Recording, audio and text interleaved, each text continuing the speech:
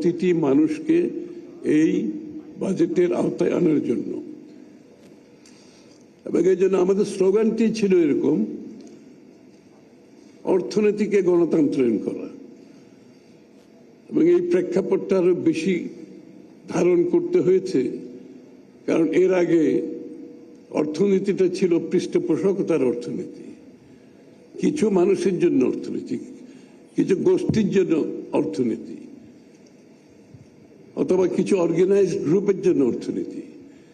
যে মানুষগুলো অর্গানাইজ না, যারা পৃষ্ঠপোষকতা পায় নাই, যারা অর্থনীতির ভাবনার বাইরে ছিল, আমরা এই মানুষগুলোকে আনার চেষ্টা করেছি।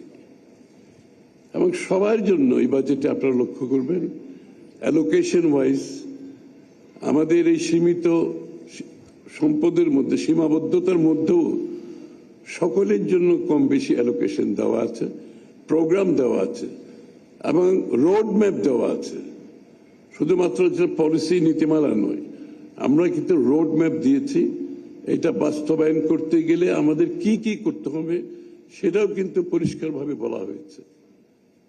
এই জন্য এই বাজেটটি একটু ভিন্নধর্মী, এটার প্রেক্ষাপট কিন্তু একটু ভিন্ন, এটার ভাবনা চিন্তা দর্শন একটু ভিন্ন। এছাড়া গত 1.5 দশকে বিশ্বের অর্থনৈতিক কর্মকাণ্ডে একটা বড় ধরনের পরিবর্তন হয়েছে, এবং এই পরিবর্তনটা হলো রুল বেসড ইকোনমিক অর্ডার থেকে বিশ্ব সরে গিয়ে একটা প্রোটেকশনিস্ট অর্ডারে চলে গেছে। সুতরাং যে রুল বেসড অর্ডারের উপর ভিত্তি করে আগে অর্থনীতি চলতো, সেটা থেকে আমরা অনেক দূরে সরে গেছি, বিশ্ব সরে গেছে, বিভিন্ন দেশ সরে গেছে। দ্বিতীয় কথা হচ্ছে, যুদ্ধ বিগ্রহ has become a new normal. এখান থেকে আমরা বেরোতে পারছি না। আজকে ইউক্রেন, কালকে মধ্যপ্রাচ্য, প্রতিনিয়ত কিছু না কিছু ঘটছে, যার কারণে স্বাভাবিক অর্থনৈতিক কর্মকাণ্ড বিঘ্নিত হচ্ছে, যার কারণে দেশের অর্থনীতিগুলো প্রপার পরিকল্পনার মাধ্যমে একটি অর্থনৈতিক বাস্তবায়নের দিকে যাওয়া কঠিন হয়ে গেছে। আমাদের বেলায় সেই চ্যালেঞ্জটা আরো বেশি বড়, কারণ আমরা যেটা ইনহেরিট করেছি বিগত ফ্যাসিস্ট সরকার, তারপর ইন্টেরিয়াম গভর্নমেন্ট থেকে, তারপরে যুদ্ধ মিলে আমাদের চ্যালেঞ্জটা আরো বেশি বড় হয়ে গেছে। এখানে বিশেষ করে অভিজ্ঞতা বেশি এসছে, আপনারা জানেন, জ্বালানি খাতে বেশি বড় অভিজ্ঞতা আসছে। তাছাড়া আগের যে ইনহেরিট করেছে সেগুলো তো আছে।